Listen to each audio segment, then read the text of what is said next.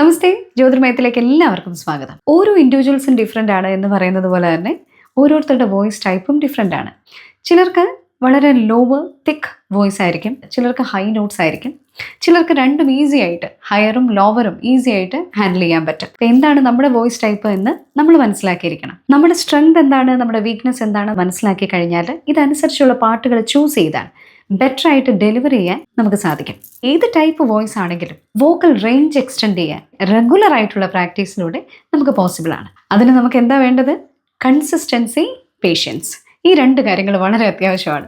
ഇന്ന് നമ്മൾ ചെയ്യുന്നതിൻ്റെ റിസൾട്ട് നമുക്ക് കിട്ടുന്നത് നാളെയായിരിക്കും. Rome is not built in a day. ഈ ഒരു കാര്യം മനസ്സിൽ എപ്പോഴും ഓർക്കുക.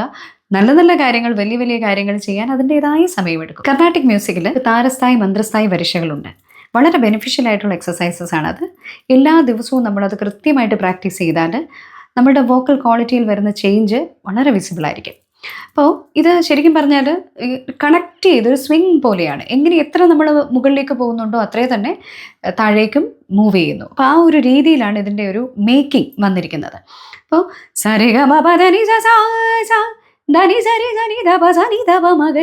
ഇതാണ് താരസ്ഥായി ഫസ്റ്റ് വരിശ.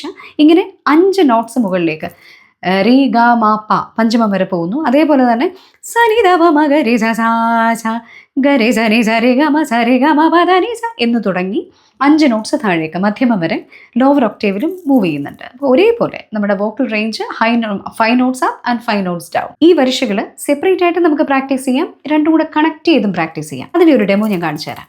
സരി ഗ മ പ ധ നി സ സാ സ ധ നി സ രി സ നി ധ പ സ നി ധ പ മ ഗ രി സ സാ സ ഗ രി സ നി സ രി ഗ മ സ രി ഗ മ പ ധ നി സ സാ സ ധ നി സ രി സ സ രി സ സ രി സ നി ധ പ മ പ ധ നി സ രി സ നി ധ പ സ നി ധ പ മ ഗ രി സ സാ സ ഗ രി സ നി സ സ നി സ സ നി സ രി ഗ മ പ മ ഗ രി സ നി സ രി ഗ മ സ രി ഗ മ പ ധ നി സ സാ സ ധ നി സ രി ഗ രി സ നി സ രി സ നി ധ പ മ പ ധ നി സ രി സ സ രി സ സ രി സ നി ധ പ മ പ ധ നി സ രി സ നി ധ പ സ നി ധ പ മ ഗ രി സ സാ സ ഗ രി സ നി ധ നി സ നി സ നി സ രി ഗ മ പ മ ഗ രി സ നി സ സ നി സ സ നി സ രി ഗ മ പ മ ഗ രി സ നി സ രി ഗ മ സ രി ഗ മ പ ധ നി സ.